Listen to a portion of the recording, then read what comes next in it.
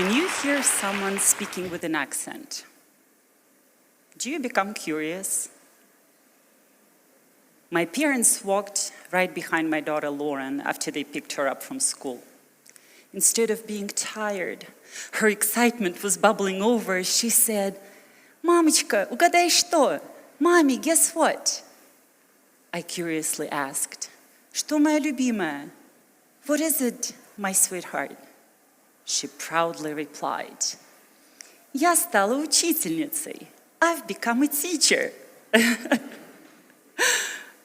She was only 6 years old, but was already a skilled interpreter and translator to her grandparents.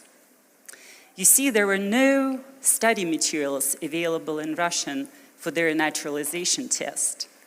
And with my busy schedule as a senior lawyer, full-time for a global corporation, I could not devote the time to help them prepare. So, my husband and I embraced the opportunity for Lauren to rise to the occasion. For the next 6 months, every car ride with Bobby and Zidi, from school to piano, ballet, taekwondo classes, or back home, became a learning session. As days turned into weeks, weeks turned into months, something magical happened. Not only did my parents pass their civics test with honors, but their vocabulary and pronunciation improved, and their confidence in English and Lauren's confidence in her mother tongue grew exponentially. Our family's vision for Lauren to grow up multilingual was nurtured. But more importantly, they built an unbreakable bond with their granddaughter. I also had a strong bond with my grandparents. I remember singing one song and then another song and then another with my grandma to keep grandpa awake on those long road trips from my home country, Estonia, to Latvia or Russia to visit family. But 30 years later, about a decade after I immigrated to the United States and had my own child, I witnessed something that broke my heart. I accompanied Lauren to a play date and couldn't help but notice how a foreign grandmother could not communicate with her beloved granddaughter that she was visiting. Grandmother was in tears, unable to express her emotions and thoughts and her love for her granddaughter.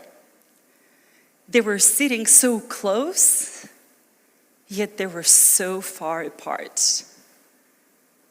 The language barrier between them developed a growing gap in their relationship.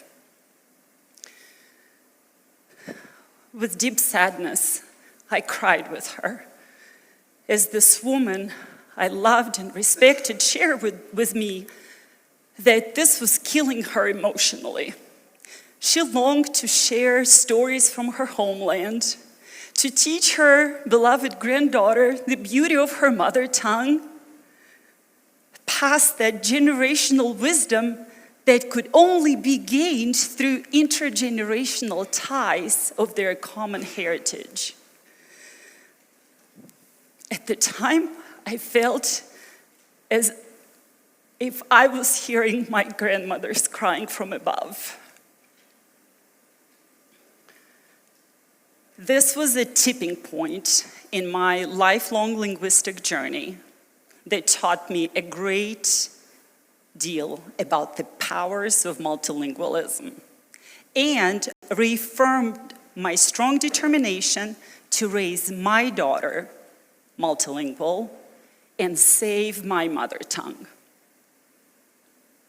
It solidified for me that language is not only a means of communication, it's a powerful, very powerful tool to connect families, to preserve that cultural heritage, to pass down that generational wisdom and traditions, and bless our children with more opportunities.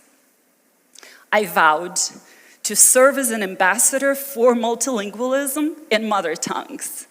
Do my best to write, speak up, and share this message globally, because not enough is being done.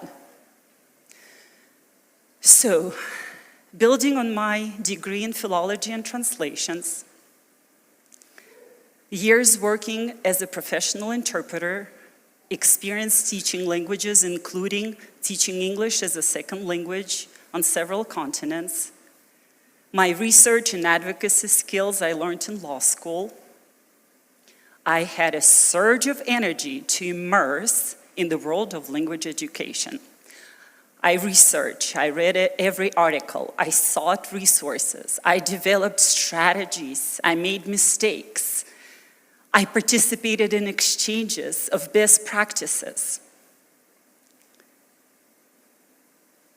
Now I share the message, and I help parents, educators, immigrants, leaders to create effective language learning environments so that individuals, especially children, can harness the powers of multilingualism, and we can save mother tongues. The issue is there is great urgency to preserving languages. According to my research and years of experience, many languages are dying at the risk of being extinct. According to research, 9 languages stop being spoken every year. That is about 1 language stops spoken every 40 days. 40% of the world's 7,000 languages is endangered at the risk of becoming extinct. With the loss of the languages, we lose our human cultural diversity. We're essentially robbing present and future generations from opportunities to participate and appreciate the diversity and richness of this world.